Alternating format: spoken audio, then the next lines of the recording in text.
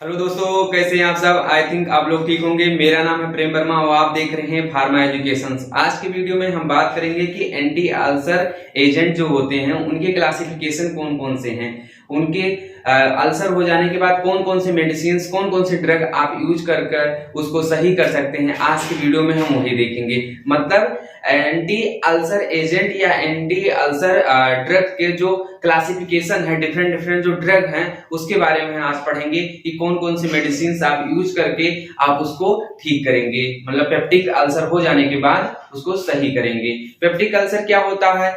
अगर जो स्टमक में जो एक लेयर होता है इनर में, म्यूकस लेयर, उसी म्यूकस लेयर का डिस्ट्रॉय होना या इरोज होना, यही क्या होता है? आपका पेप्टिक अल्सर होता है। जब आपका स्टमक का गैस्ट्रिक एसिड जो है वो डायरेक्ट आपके जो स्टमक का वॉल है उस पर जाकर टच करने लगी और फिर उसके बाद म्यूकस का जो लेयर है वो थोड़ा थोड़ा इरोज होने लगे या डिस्ट्रॉय होने लगे, थोड़ा थोड़ा खत्म होने लगे, तो उसी कंडीशन को क्या कहते हैं? पेप्टिक अल्सर कहते हैं। और उसी के अगेंस्ट में जो मेडिसिन, जो ड्रग, जो एजेंट यूज किया जाता है उसी को एंटी अल्सर एजेंट कहते हैं। तो आज की वीडियो में हम यही देखने वाले हैं कि कौन कौन से ड्रग या कौन कौन से एजेंट यूज किए जाते हैं उसको सही करने में या उसको प्रोटेक्ट करने में। ठीक है, चलिए स्टार्ट करते हैं। सबसे पहले हम ये जान लेते हैं कि इसमें कितने कैटेगरी के आपके ड्रग यूज किए जाते हैं। तो इसमें ऑल ओवर 4 कैटेगरी के ड्रग आपको यूज करने किए जाते हैं। इसमें सबसे पहला है क्या?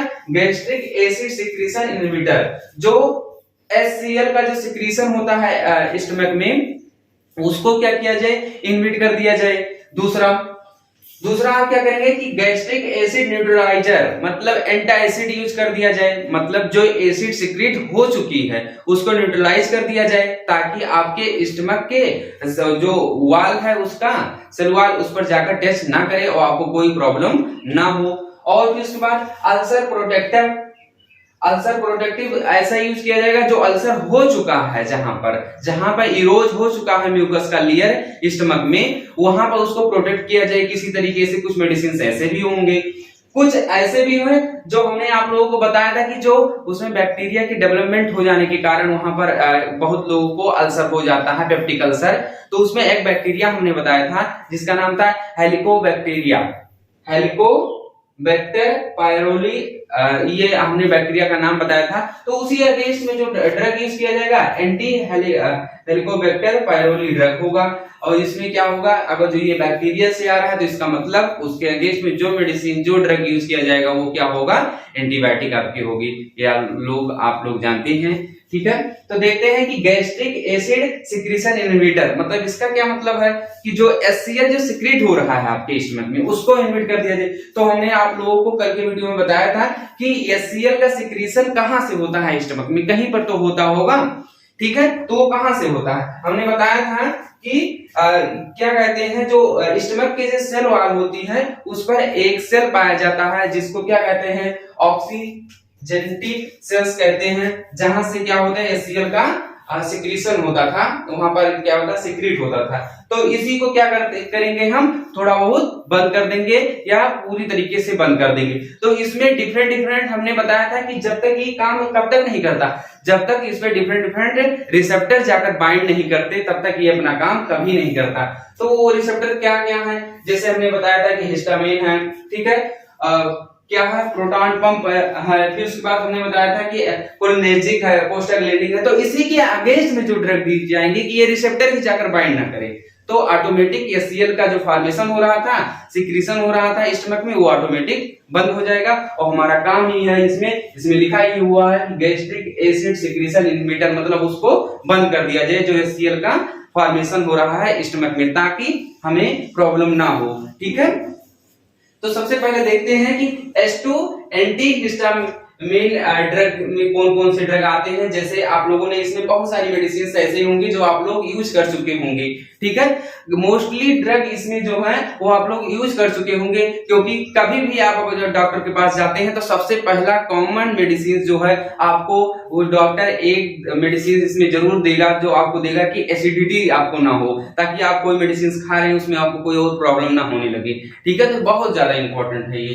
तो इसमें सबसे ज्यादा क्या यूज किया जाता है? सबसे पहले सेबिटिडीन, फिर उसके बाद रेनिटिडीन, फिर उसके बाद हेमोटिडीन, फिर उसके बाद रॉक्सीटिडीन, फिर उसके बाद लेफोटिडीन, ये सारे ड्रग इसमें H2 एंटी हिस्टामिनिक ड्रग में यूज किए जाते हैं। ठीक है, तो दूसरा कैटेगरी में इसमें क्या है, proton pump inhibitor. Proton pump inhibitor proton pump हमने बताया था कि ये एक टिल्लू की तरह होता है जो क्या करता है, H+ आयन हमें देता है स्टमक को, और H+ आयन जब मिलता है तो वो ऑटोमेटिक इसमें कन्वर्ट होता है आपका HCl में, और वही HCl क्या होता है, हाइड्रोक्लोरिक एसिड हो जाता है, और वही क्या होता है हमारे स्टमक में उसका पीएच बहुत ज्यादा होने की वजह से वो क्या करता है, अगर जो किसी को पेप्टिक अल्सर हुआ रहता है, मतलब म्यूकस लेयर इरोज हुआ रहता है, तो उसके डायरेक्ट सेल वॉल पर जाकर अटैच करता है HCl, और वो बहुत ज्यादा कंसंट्रेशन होने की वजह से बहुत ज्यादा पेन होता है। मतलब जो आपका स्टमक का जो पीएच होता है वो आपका होता है 1 से 3, ये आपका क्या होता है, पीएच होता है स्टमक का, इतना ज्यादा कंसंट्रेटेड होता है। मतलब वो जो उसको बाहर निकालकर आपके स्किन पर ही छोड़ दिया जाए तो आपका स्किन क्या हो जाएगा, उतनी दूर तक जल जाएगा।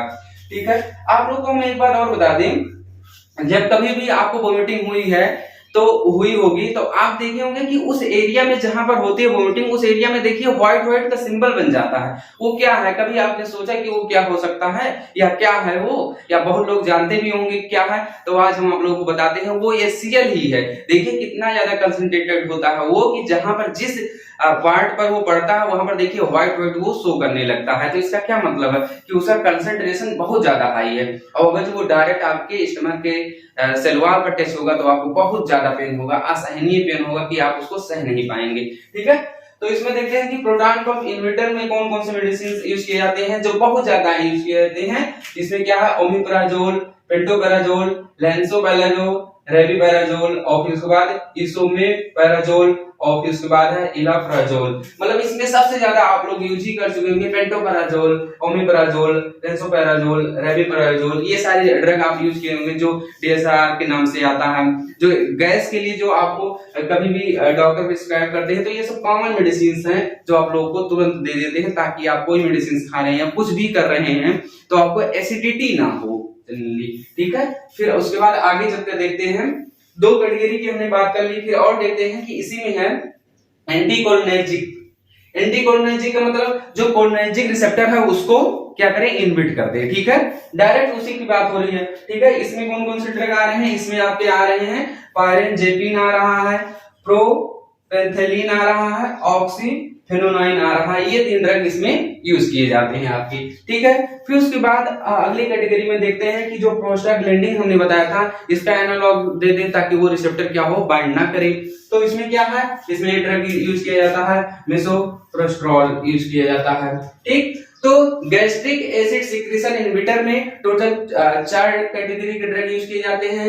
H2 anti histaminic drug, proton pump inhibitor हो गया आपका, ठीक है, एंटीकोलिनर्जिक ड्रग हो गया, और प्रोस्टाग्लैंडिन एनालॉग्स हो गए। ये चारों कैटेगरी आपके इसमें आते हैं। ठीक, फिर हम और आगे चलते हैं, देखते हैं कि एक हो गया कि एसिड का जो सिक्रीशन है उसको बंद कर रहा है, दूसरा हम देखते हैं कि जो एसिड जो सिक्रीट हो चुका है HCl आपके स्टमक में उसको न्यूट्रलाइज कर दिया जाए, मतलब उसको क्या किया जाए, उसका पीएच बढ़ा दिया जाए ताकि वो आपके स्टमक में कोई प्रॉब्लम क्रिएट ना करे। मान लीजिए आपका पेप्टिक अल्सर हो भी गया है, ताकि वो HCl अगर जो टच कर रहा है स्टमक की सेल वॉल पर तो आपको कोई प्रॉब्लम ना हो।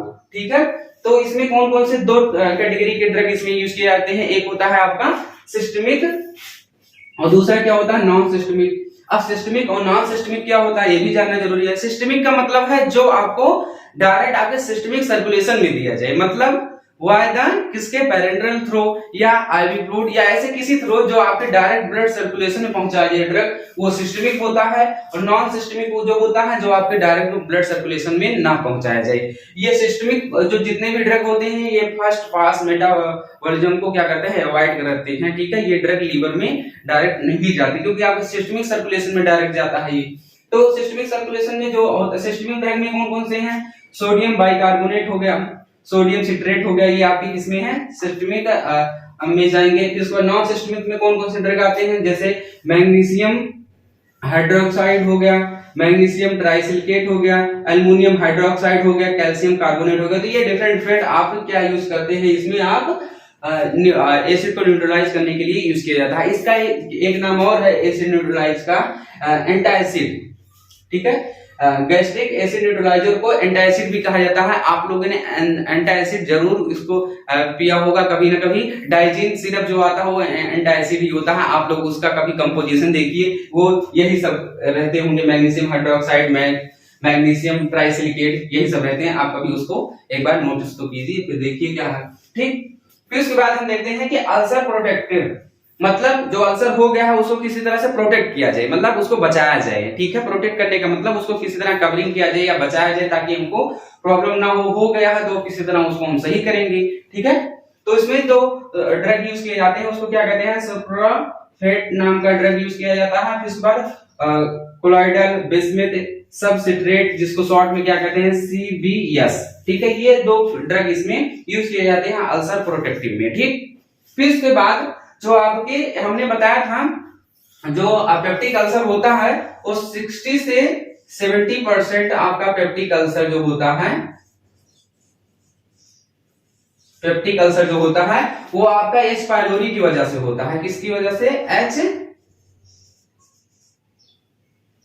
पायलोरी की वजह से होता है। ये बैक्टीरिया होते हैं, इसी की वजह से सबसे ज्यादा क्या होता है, आपको पेप्टिक अल्सर होता है। इसी की वजह से आपका म्यूकस का जो लेयर होता है स्टमक का वो इरोज होता है, डिस्ट्रॉय होता है, मतलब खत्म होता है, नष्ट होता है। ठीक है, तो इसको यूज मतलब इसको सही करने के लिए क्या करेंगे हम, इसके अगेंस्ट में हम क्या करेंगे, आपको कोई एक ड्रग देंगे, कोई एंटीबायोटिक देंगे, क्योंकि ये बैक्टीरिया है तो उसका ग्रोथ को कम करेंगे या तो उसको डायरेक्ट किल करेंगे। तो इसमें जो ड्रग आपको यूज किए जाते हैं इसको क्या कहते हैं, एंटी हेलिकोबैक्टर पायरोली ड्रग। ठीक है, इसमें कौन कौन से ड्रग हैं, जैसे एमॉक्सिसिलिन हो गया, कॉमन मेडिसिन है, आपको जानते होंगे, एरिथ्रोमाइसिन हो गया, हाँ, मेट्रोनाइडाजोल हो गया। मेट्रोनाइडाजोल जब कभी भी किसी को पेट में बहुत ज्यादा पेन होता है या ऐसे कोई लूज मोशन कंडीशन, ये सब मेट्रोनाइडाजोल, ये सारी चीजें दी जाती हैं। आप इसका ड्रिप भी लगवा सकते हैं, डायरेक्ट आपको बॉडी में सर्कुलेटर में पहुंचेगा। ये हो गया, टेट्रासाइक्लिन हो गया।